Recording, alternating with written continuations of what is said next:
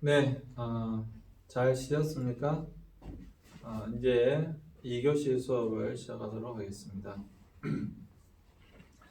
이 시간에는 인지심리의 인지행동치료의 기본 개념에 대해서 살펴볼 텐데요. 먼저 인지 과정에 대해서 살펴보도록 하겠습니다. 인지 과정은 의식, 합리적인 기초에 근거하여 결정을 내릴 수 있는 지각 상태를 의식이라고 하는데, 의식적 주의라고 하는 것이 있습니다. 그것이 무엇인가 하면 환경과의 상호작용을 모니터하고 평가하는 것을 의식적 주의라고 합니다. 과거의 기억과 현재의 경험을 연결시켜 주는 것입니다. 그리고 미래의 행동을 통제하고 계획하는 것입니다. 이 모든 것이 인지 과정이죠. 그 중에서도 의식적이다라고 하는 것입니다. 그 다음에요. 여기서 굉장히 중요한 것이 이제 인지 과정에서 굉장히 중요한 것이 하나 나오는데, 이것은 대단히 중요한 개념입니다. 무엇인가 하면 바로 자동적 사고와 스키마라고 하는 것입니다. 이 자동적 사고와 스키마 수준에서의 병리적인 사고를 찾아내어 이를 변화시키는 것입니다. 자, 인지라고 하는 것이 방금 어떤 것을 정보를 받아들여서 미래를 통제하고 변화시켜 나가는 것이다 라고 이야기를 했는데, 여기서 어떤 것을 인지할 때 각 사람에게 자동적으로 나타나는 사고가 있다고 하는 것입니다. 보세요. 자동적 사고라고 하는 것은 어떤 상황 가운데 있을 때 마음속에 빠르게 떠오르는 생각, 이것을 바로 자동적 사고라고 하는 것입니다. 어떤 것이 있을 때 자연스럽게 곧바로 떠오르는 생각, 이것을 자동적 사고라고 합니다. 그 다음에 스키마가 있는데 말씀드렸죠. 정보 처리의 기본 틀 혹은 규범 역할을 하는 핵심 신념, 규범 혹은 틀을 우리는 뭐라고 하냐면 스키마라고 합니다.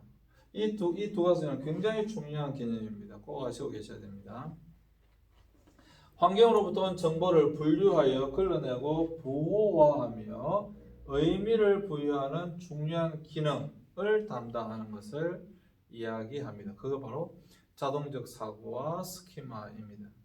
인지에 있어서 이 자동적 사고와 스키마, 결국에는 모든 인간은 자동적 사고가 있습니다. 그리고 모든 인간은 스키마를 가지고 있습니다. 그런데 내가 행동이 잘못됐다, 판단을 잘못했다 라고 하는 것은 다른 것이 아니라 결국에는 이 자동적 사고와 스키마, 이것이 잘못되어졌기 때문에 잘못된 행동으로 나오게 되어지는 것입니다. 그래서 이 자동적 사고, 어떤 사람이 어떤 것을 할 때 자연스럽게 곧바로 일어나는 자동적 사고가 어떤 것인가, 그리고 스키마가 어떤가를 분석할 수 있으면, 파악할 수 있으면 치료할 수 있다. 치료에 굉장히 용이합니다. 그 다음에요. 자, 그러면 자동적 사고가 무엇인가? 이게 잘 설명해 두고 있습니다. 자동적 사고라고 하는 것은 어떤 상황 가운데 있을 때 마음속에 빠르게 떠오르는 생각입니다. 어떤 상황 가운데 있을 때에 마음속에 빠르게 떠오르는 생각, 그것이 무엇인가? 자동적 사고입니다. 주의를 집중할 경우 자동적 사고를 알아낼 수 있습니다. 그래서 어떤 생각이 탁 떠올랐을 때, 나의 자동적 사고가 무엇인가는 생각해보면, 집중해보면 알 수 있다, 이 말입니다. 충분히 분석할 수 있습니다. 자주 하는 이야기인데, 상담의 가장 큰 장점이 뭐냐면 자기 분석입니다. 자기를 똑바로 알 수 있다는 거예요. 네. 자기를 알 수 있으면 어떻게 되느냐? 일어날 문제를 대처할 수 있다라고 하는 것이죠. 사실 굉장히 큰 겁니다. 계속 여러분 상담을 배워보시면 내가 어떤 사람인가를 먼저 알게 됩니다. 그리고 내가 어떤 사람인가를 먼저 알아야지만이, 그걸 자기 분석이라고 하는데, 자기 분석이 되어져야지만이 다른 사람을 분석할 수 있습니다. 자기 분석이 제대로 되지 않는 사람은 다른 사람을 분석할 수가 없습니다. 그래서 이 주의를 집중할 경우 내가 어떤 자동적 사고를 가지고 있는가를 알 수 있어요. 한번 한번 파악해 보시기 바랍니다. 그리고 강렬한 감정이 생길 때 자동적 사고가 일어나고 있음을 우리는 알 수가 있다. 강렬한 어떤 감정이 생길 때 자동적 사고가 일어나고 있음을 우리는 알 수가 있다 라고 하는 것입니다. 그래서 나의 자동적 사고는 무엇인가? 좀 이따 잠시 쉬고 3교시에 그걸 해볼 텐데요. 한번 파악해 보세요. 어떤 것이 있을 때, 슬픈 영화를 볼 때, 여러분들 자동적 사고가 어떤지, 비가 온다 어떤지, 공포 영화를 봤을 때 어떤지, 고양이나 개를 봤을 때 어떤지, 바퀴벌레를 봤을 때 어떤지, 지렁이를 봤을 때 어떤지, 뱀을 봤을 때 어떤지, 욕을 들었을 때 어떤지, 모든 사람은 어떤 것을 봤을 때 그냥 자동적으로 어떤 사고가 곧바로 일어납니다. 또 각 사람마다 다르다라고 하는 것입니다. 다릅니다. 아마 여러분들 바퀴벌레라는 말만 들어도 왁 하시는 분이 있어야 되고, 뱀이라는 말만 들어도 싫어 이런 사람이 분명히 있을 것입니다. 그건 뭐냐면 자동적 사고입니다. 자동적 사고. 그 다음에요, 우울장애, 불안장애 및 다른 정신병리가 있는 경우 왜곡된 자동적 사고의 빈도가 높습니다. 이제 이거죠. 이제 왜곡된 자동적 사고. 내가 자주 하는 얘기인데 여기 한번 보실까요? 참 이렇게 이야기하면 좀 시간이 가지만 저도 하겠습니다. 우리 학생들에게 내가 자주 하는 이야기인데 그게 뭐냐면 이게 이제 함수 fx가 있는데 뭐 아시다시피 함수 fx는 x다 라고 하면 1을 넣으면 1이죠. 그러니까 1을 넣으면 인풋에서 나오는 것은 1이 나오죠. 사실 1을 넣었을 때 1이 나오는 사람은 거의 없습니다. 거의 없어요, 우리 인간에는. 근데 이 fx가 함수가 어떠냐에 따라서 도출되는 값이 다르죠. 근데 이 함수 fx는 x 5성 플러스 뭐 4x의 4성 빼기 3x의 제곱 마이너스 뭐 x 플러스 2 이랬다고 했을 때 1을 잡아 넣으면 이거는 1, 5, 2, 4, 4가 답이죠. 1을 fx 1일 때. 근데 이게 2만 잡아 넣어도 2의 5성 플러스 4x의 4성 마이너스 3x의 제곱 마이너스 x 플러스 무슨 말이냐면 이 함수 fx가 어떠냐에 따라서 1을 잡아넣는데 값이 1이 나오는 것이 아니라 다른 값이 나오고요. 2나 3을 잡아넣으면 정말 엉뚱한 값이 나온다는 것입니다. 들어갈 때는 1이 들어갔는데 정보는 1이 들어왔는데 나의 안에 속에 함수 fx를 지나고 나서 내 마음을 통과해서 나갈 때는 전혀 엉뚱한 값이 나온다고 하는 것입니다. 거기 그 엉뚱한 값이 나오게 된 그 요인이 무엇인가? 여기 왜곡된 마음입니다. 왜곡된 마음. 왜곡된 마음이라기보다도 왜곡된 인지입니다. 인지. 이 인지가 왜곡돼 버린 거예요. 그래서 여기가 이게 막 꼬여가지고 꼬일 대로 꼬여가지고 뭔가 탁 잡아 넣으면 그 들어간 것이 그대로 나와야 되는데 그렇게 나오지 않아요. 여기 보시면 왜곡된 자동적 사고의 빈도가 높은 만큼 왜곡된 만큼의 정신병리가 나타나는 것입니다. 말을 했을 때 이렇게 이야기했는데 듣는 사람이 그 왜곡된 말에서 가 들어갔는데 오, 우, 이렇게 나오는 거예요. 전혀 다른 게 나오는 것이죠. 얼마만큼 내 마음이 왜곡되어져 있는가, 그것이 바로 정신병리가 얼마만큼 심한가를 알 수가 있는 것입니다. 우울장애에서의 이 자동적 사고, 절망, 낮은 자존감, 실패와 관련된 것들이 많이 있습니다. 불안장애의 경우에는 위험이나 해로운 일이 닥칠 것이며 그것이 통제 불가능하리라는 예측을 합니다. 이 자동적으로 일어나는 사고예요. 혹은 위협에 대처할 수 없다는 생각과 관계됩니다. 그래서 첫 번째 훈련 과제는 자동적 사고들의 예를 기록하는 것인데 뭐냐 하면 내가 어떤 게 탁 들어왔을 때 내가 왜 그렇게 생각할까? 라고 하는 것입니다. 오프라인 수업할 때 내가 여러분들에게 제일 먼저 영상 하나 보여줄 겁니다. 실제로 여러분 비둘기를 무서워하는 사람이 있습니다. 비둘기 똥을 무서워하는 사람이 있어요. 내가 작년이 아니고 재작년이군요. 2년 전에 그 러시아에 우리 학생들과 함께 단기선교 봉사를 갔었는데 그 중에 정말 한 여학생이 비둘기를 무서워하더라고요. 비둘기를 너무 무서워해가지고 그 광장에 비둘기가 있었는데 비둘기를 피하는 거예요. 그리고 비둘기가 이렇게 걸어오면 무서워가지고 도망을 가는 겁니다. 왜 그럴까요? 대부분의 사람들이 비둘기를 무서워하지는 않죠. 근데 무서워하는 사람이 있다는 겁니다. 그러니까 그런 것들이 여러분들이 하셔야 될 것이 무엇인가 하면 자동적 사고들이 일어나는 그 얘들을 기록해 보는 거 참 중요합니다. 내가 비둘기 봤을 때 무섭다. 내가 왜 비둘기를 무서워할까? 기록해 보면서 나이가 떠오르는 자동적 사고가 무엇인가를 기록해 볼 필요가 있습니다. 그러면 바꿔나갈 수가 있습니다. 그 다음에요. 인지적 오류들이 있는데 이 선택적 사고, 일부 정보들만을 본 후 결론을 도출하는 것입니다. 그러니까 정보가 여러 가지가 있는데 딱 그거 하나만 가지고 몇 가지만 가지고 결론을 도출해가는 거. 잘못된 결과가 나올 확률이 상당히 높겠죠. 이런 경우에는. 그 다음에 임의적 추론을 가지고 하는 것. 정반대의 증거나 증거가 없음에도 결론을 도출해버리는 거예요.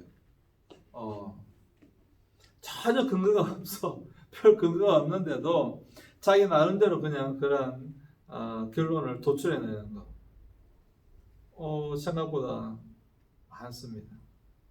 사실 우리 주위에도 그런 사람들 꽤 볼 수 있죠. 과잉 일반화하는 것인데요. 하나의 사건, 별개의 사건들을 가지고 결론을 내린 후 비논리적으로 확장 적용하는 것입니다. 우리 인간이 범하는 가장 큰 오류 중 하나가 일반화의 오류입니다. 사람들이 일반화 시키려고 해요. 굉장히 사실 큰 문제입니다. 그래서 여러분 이 인지적 오류도 선택적 사고, 일부 정보들만을 본 후 결론을 도출하는 거. 그 다음에 임의적으로 추론하는 거. 그냥 정반대의 증거나 증거가 없음에도 불구하고 결론을 도출해버리는 거. 그리고 과잉 일반화시키는 거. 자그마한 거 갖고 그냥 크게 일반화시키는 거예요. 하나의 사건, 별개의 사건들을 가지고 결론을 내린 후 비논리적으로 확장 적용해버리는 거. 이런 것을 과잉 일반화라고 합니다. 이런 것들은 인지적인 오류들입니다. 그리고 이런 인지적인 오류가 나타나는 가장 중요한 이유는 다시 말씀드리죠. 아까 말씀드린 것처럼 내 마음이 이렇게 왜곡되어져 있어서 그렇습니다. 그래서 어떤 정보가 탁 들어갔을 때 그 정보가 들어간 만큼 나오는 것이 아니라 왜곡되어져서 나온다 이 말입니다. 그 다음에요. 넘겨주세요.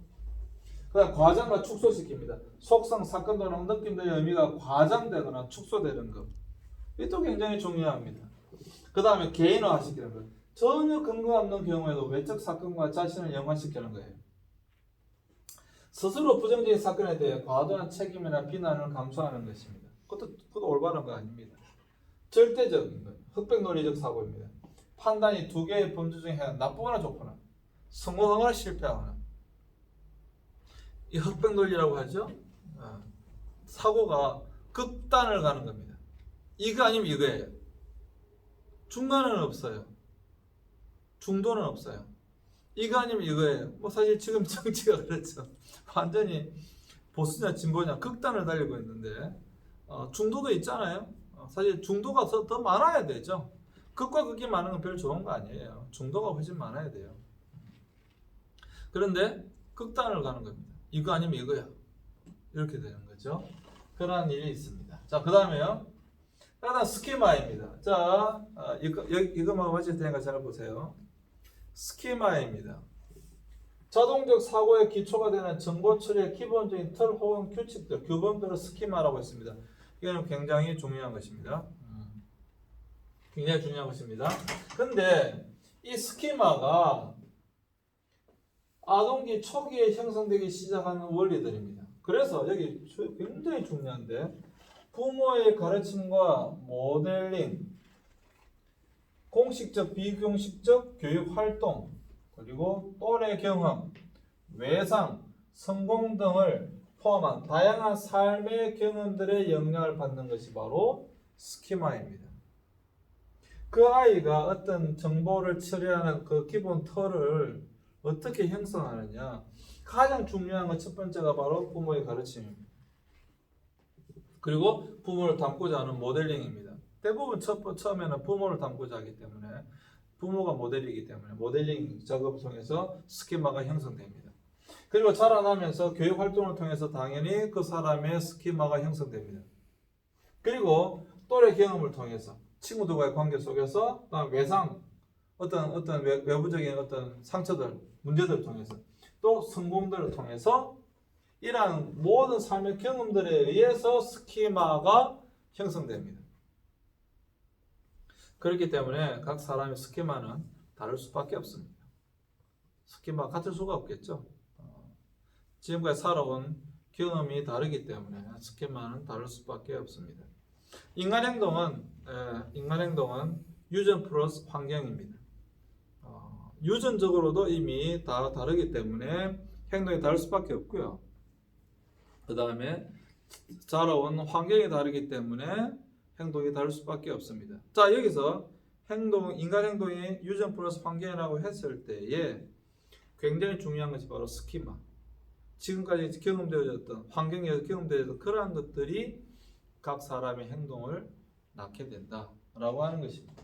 그래서 매일 직면하는 많은 양의 정보를 다루고 적절한 결정을 내리기 위해 스키마가 발달되어지게 된다. 자기 나름대로 그렇다라고 하는 것입니다. 그 다음에요. 단순 스키마가 있는데 정신병리에 영향을 미치지 않는 환경의 물리적 성질, 일상적 활동에 대한 규칙, 자연 법칙들 이런 것들을 바로 우리는 단순 스키마라고 합니다. 뭐 이런 거죠. 좋은 교육은 값어치를 한다. 당연하잖아요. 그런 틀을 갖고 있다라고 하는 것이죠. 방어적인 운전자가 되어라. 운전 조심해라. 항상 운전 조심해라. 방어적인 운전자가 되어라. 이런 것들은 단순 스키마라고 하는 것입니다. 그 다음에요. 근데 여기서 굉장히 중요한 것이 중간 신념과 가정인데, if 만약 뭐뭐 하면 뭐뭐 할 것이다. if then 과 같은 조건적인 규칙이 있습니다. 그래서 자아 존중감과 감정 조절에 영향을 미칩니다. 내가 인정을 받으려면 완벽해야 한다. 이런 스키마가 있다는 거예요. 여러분도 그렇게 생각하시죠? 내가 인정을 받으려면 완벽해야 한다. 근데 내가 인정을 받으려면 완벽해야 됩니까? 완벽하지 않으면 인정 못 받습니까? 완벽한 사람만 인정받을 수 있나요? 어쨌거나 여러분 이렇게 if then 만약 내가 이렇게 하면 이렇게 하면 된다라고 하는 것입니다. 여러분 내가 열심히 일한다면 성공할 수 있다. 여러분 우리가 열심히 일하면 성공할 수 있습니까? 사실 열심히 일하면 성공할 수 있다. 그런 사회가 좋은 사회예요. 근데 정말 열심히 일하면 성공할 수 있나요? 근데 우리는 이런 일반적인 신념과 가정을 가지고 있죠. 일반적으로 사람들 그렇게 생각합니다. 근데 정말 그런가요? 그 다음에요. 자신에 대한 핵심 신념이 있는데 자아 존중과 관련 있는 상황적 정보들을 해석하기 위한 포괄적이고 절대적인 규칙들. 나는 어리석다. 나는 실패자이다. 자신과 관련된 그런 핵심 신념들이 있다라고 하는 것입니다. 넘겨주세요. 여기서 요것만 마칠 테니까 자 보세요. 그래서 대부분의 내담자들은 스키마 또는 핵심 신념이 자아 존중감과 행동에 강력한 영향을 미친다는 사실을 이해할 경우 더 많은 도움을 얻을 수 있어요. 결국은 뭐예요? 스키마 때문에 그렇다라고 하는 거예요. 스키마 때문에 그렇다라는 것을 알기만 하면 스키마를 바꾸면 되니까. 틀을 바꾸면 돼. 물론 틀을 바꾸기 쉽지 않지만 틀을 바꾸면 되니까. 일단 문제를 알았으니까 시도해 볼 수는 있겠죠. 그래서 CBT 인지행동 치료의 목적은 부적응적인 스키마의 영향을 줄이거나 수정하거나 바꾸는 것입니다. 그래서 적응적인 스키마를 찾아내는 것입니다. 부적응적인 스키마 틀을 바꾸고 적응적인 틀로 바꾸는 것입니다. 그래서 부정적인 스키마가 스트레스가 생활이 되면 부정적인 스키마가 강화되어지고 부정적인 자동적 사고들이 표면화되는데 이것을 점점 더 바꿔가는 것입니다. 그러다 보면 다시 말씀드립니다. 상담의 가장 중요한 것은 내가 사회에 잘 적응하고 살아가는 것인데 나로 하여금 사회에 적응하지 못하도록 만드는 그러한 스키마, 이 틀을 바꾸면 사회에서 바르게 살아갈 수가 있다. 이것을 우리들에게 이야기해주고 있는 것입니다. 네, 이 교시는 이것으로 마치겠습니다. 잠시 쉬겠습니다.